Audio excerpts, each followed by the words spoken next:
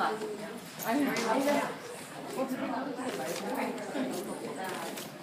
missed the.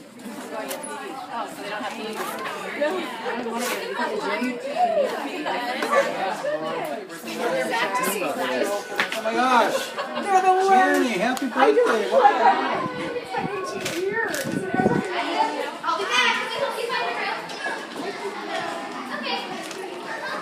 Well, we can wrap it down this way. That's fine. Hi.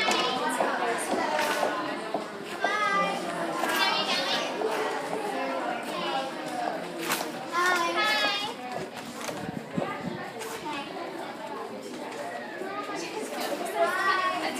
Hi.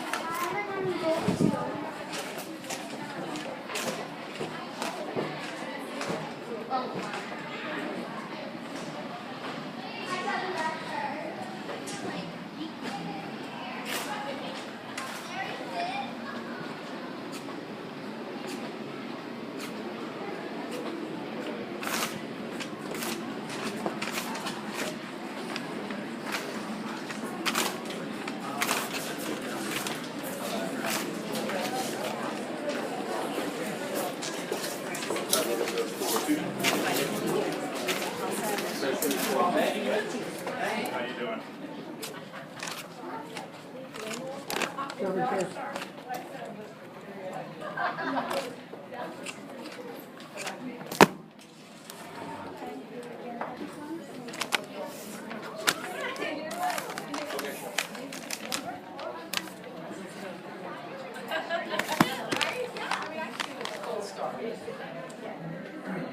Okay, awesome. Thank you so much. Everybody.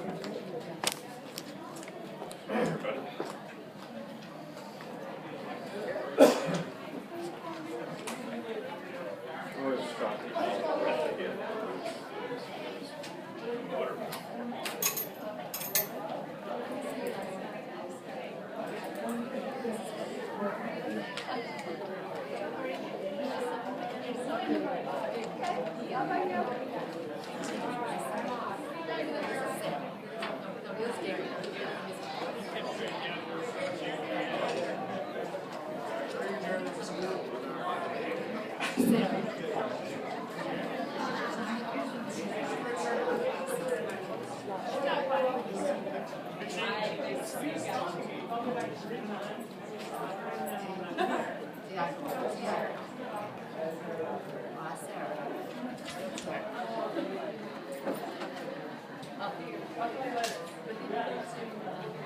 All right, I know technically this all isn't wrong, but I'm going to start. So I always greet your kids at the door with a handshake and make eye contact. We probably said a good morning.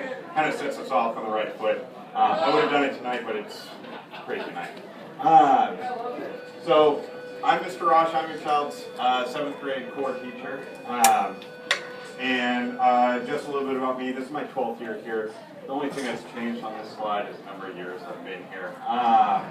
So if you've had me before, you've seen this one. Graduated from Cal Poly, and then decided to get my teaching credential, so I went to St. Mary's. Got my credential through St. Mary's. A little bit more about me.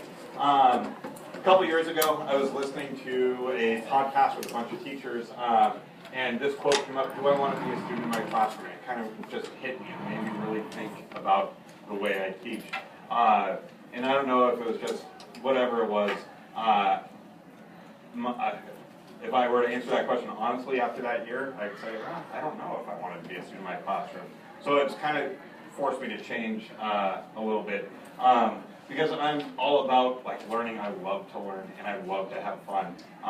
So I hope to make this a fun, education-filled year with these guys. My goal, what I really want to do is I want to help these kids learn how to learn.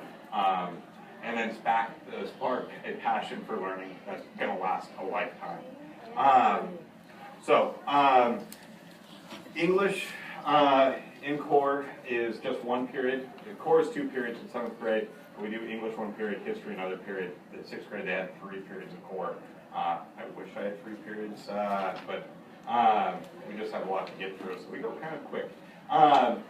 We start off the year listening and speaking. That's kind of been our big focus, this and teamwork this week.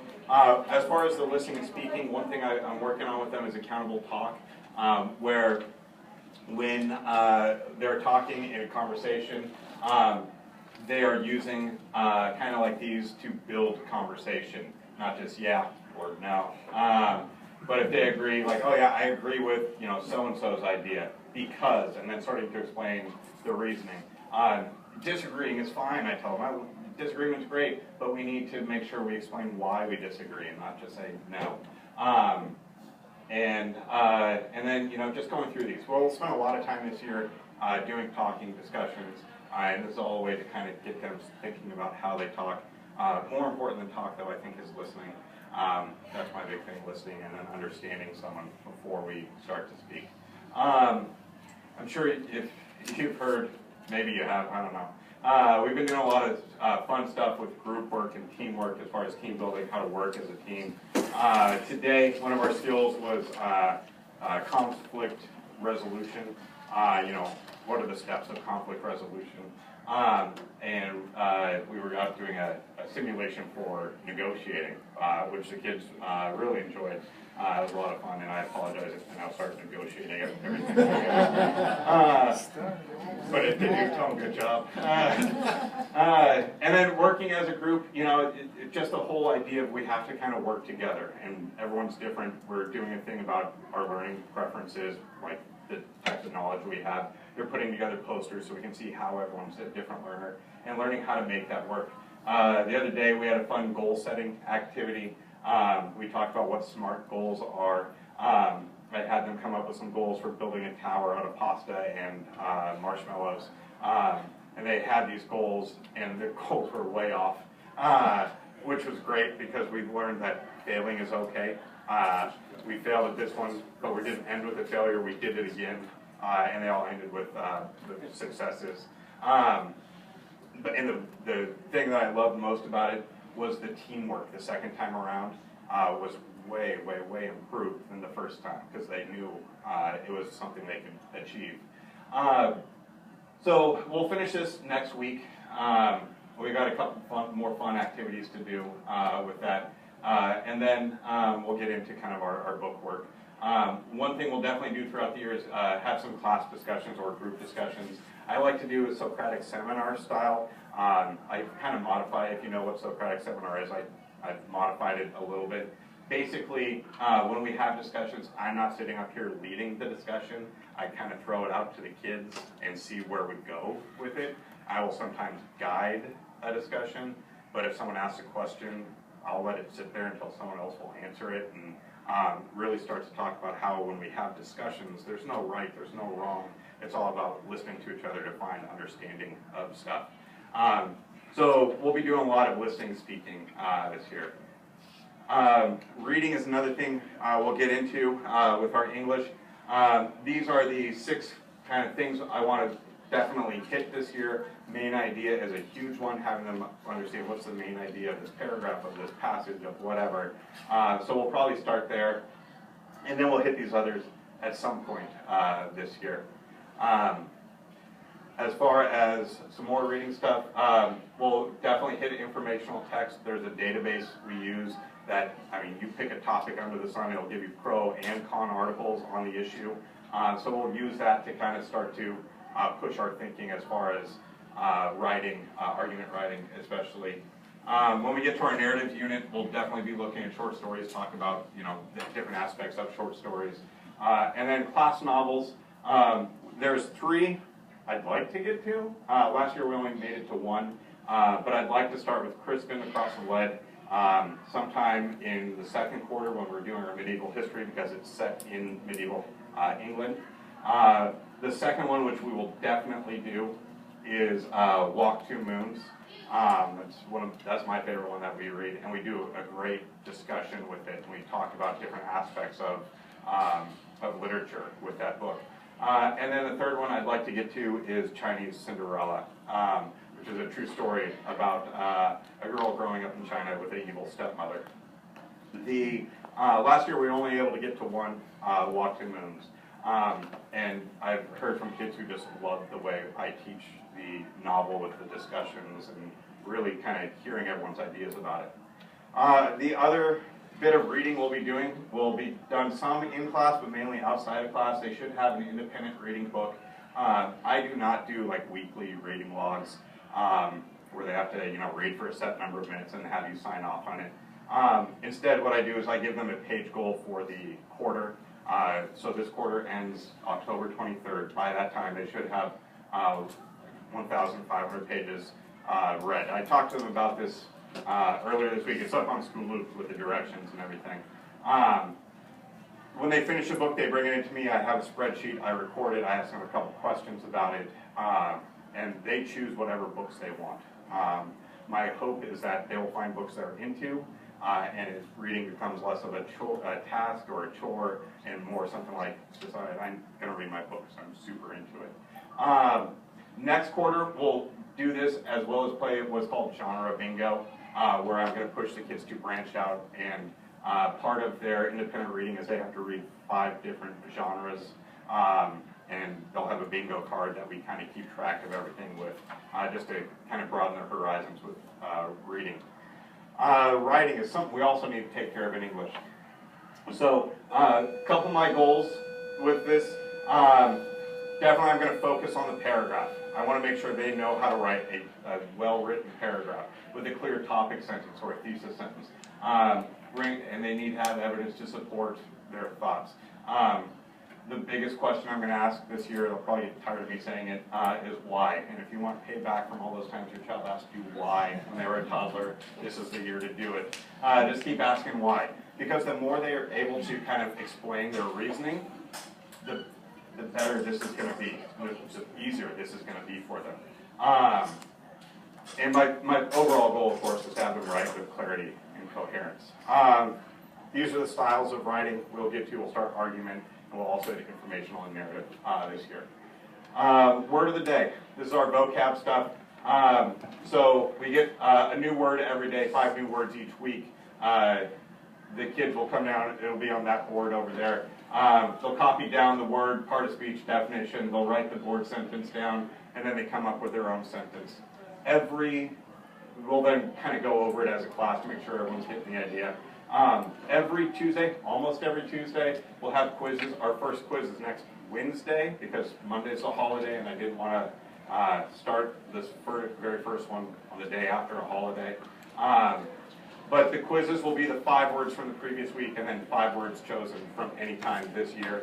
For the quiz, they need to know how to spell the word. They need to know the part of speech.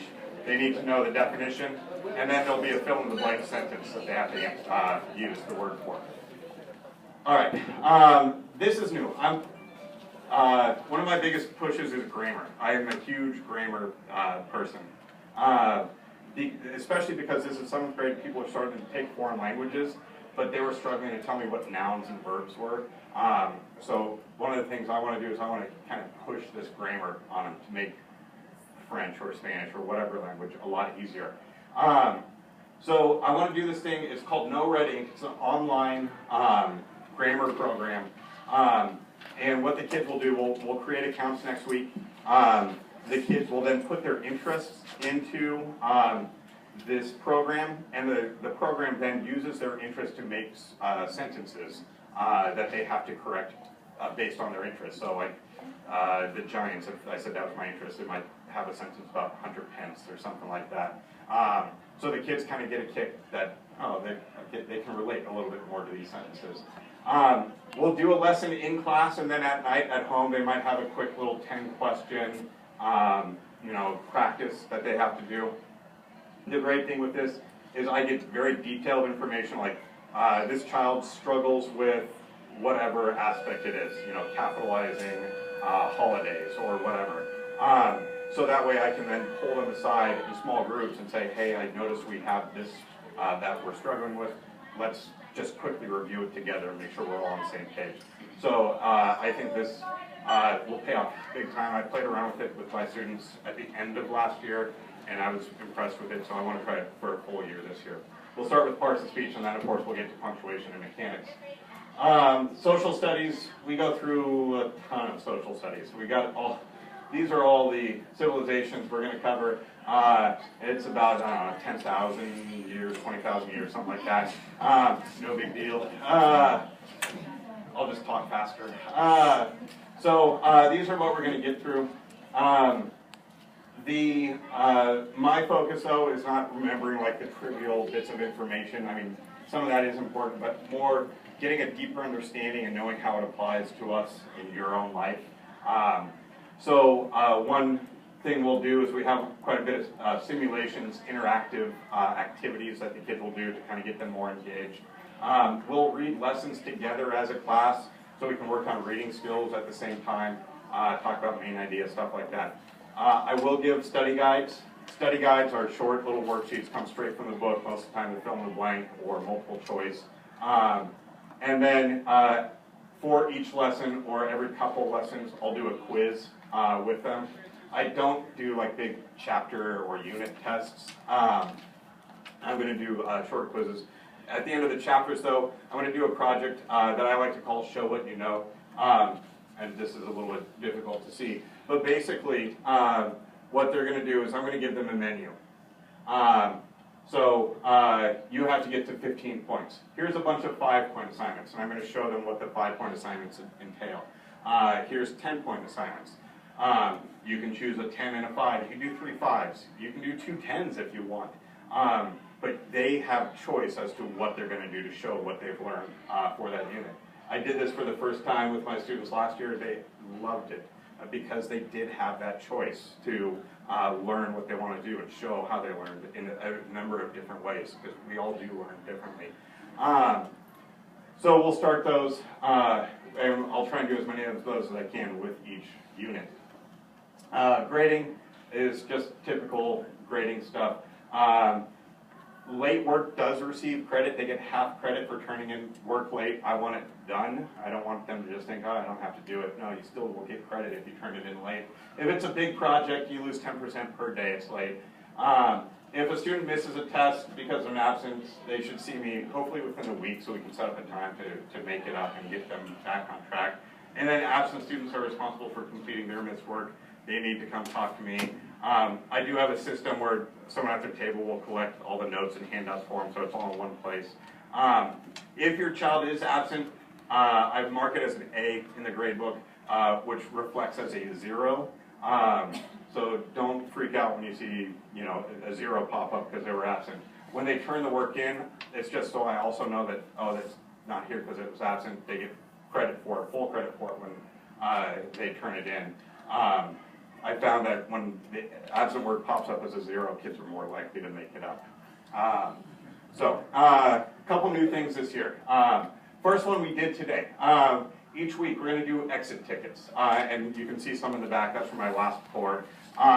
So I put 4 questions up on the board. The students picked 1 question, they answered it, they stuck their sticky note up as they were leaving, and then they were done. The stuff is just to make them start to, 1, reflect on their work and how they're doing as learners. It also helps to kind of guide future lessons. Sometimes it'll say, what do we want to learn next? Or what do you want to go more in depth about? So it gives me some feedback for them. Today was my first time doing it, and I'm really liking the feedback that I'm seeing. And then the big thing that's new this year, I spent most of my summer researching and putting this together. These are called 20-time projects, and we're going to start this tomorrow. I haven't talked to the kids about it yet. So these are based on the business practice of like Google and a few other companies that tell their employees 20% of your time at work, you get to do whatever you want so long as it benefits the company. So this is kind of a big trend, or a new trend in education. Sometimes it's called Genius Hour. But basically what we're going to do, I'm going to introduce this to them tomorrow. They get to choose what they want to learn, create, solve, whatever. And this will last the whole semester. Every Friday in class will be their day to work, and I'll check in with them all the time, kind of just monitor their progress, push them, encourage them, whatever. At the end of the semester, the project will be presented to the class. It's important to know, and I'm going to remind them of this many times, failure is an option. The project itself will not be graded. One thing I've always wanted to do, never had the time, was learn to play the guitar. So maybe I'm trying to use YouTube or whatever to learn to play the guitar. I'm not going to grade a kid on how well they play the guitar. What I'm going to grade them on is this talk where they talk about the whole learning process that they go through. What struggles have they come up with? How are they doing? Would they do anything differently, etc. I don't want the pressure to be on them at the very end, like, oh my God, nothing is working the way I wanted it to. That's great, tell us about it. So with this whole process, so they're going to submit a proposal. Then at one point they're going to get up in front of the class and they're going to tell us what they're going to do. What are their goals? Like, what's a long-term goal? What are your couple short-term goals? What challenges do you think you're going to face doing this? Why are you doing this project? Then they're going to start doing some research, and we'll do a lot of research in class on Fridays. The students will have a weekly blog also that they're going to be doing, working on, sharing with everyone. I'm going to, once I get my spreadsheet together with all the blogs, I'm going to share it with you guys so you can check in and see what people are doing in this class. Some of the stuff I was reading this summer says that blogs are huge in the development of writing, because when students write for a teacher, they know it's only one set of eyes looking at it. But when they write for a bigger audience, now they start to think, oh, I got to be a little bit more careful. People are actually going to read this. So I'm very excited to see kind of this whole process. At the end of the semester, they're going to get up and give a TED Talk style presentation with like a visual thing, talking about what they've accomplished and more importantly what they've learned as we've been doing this.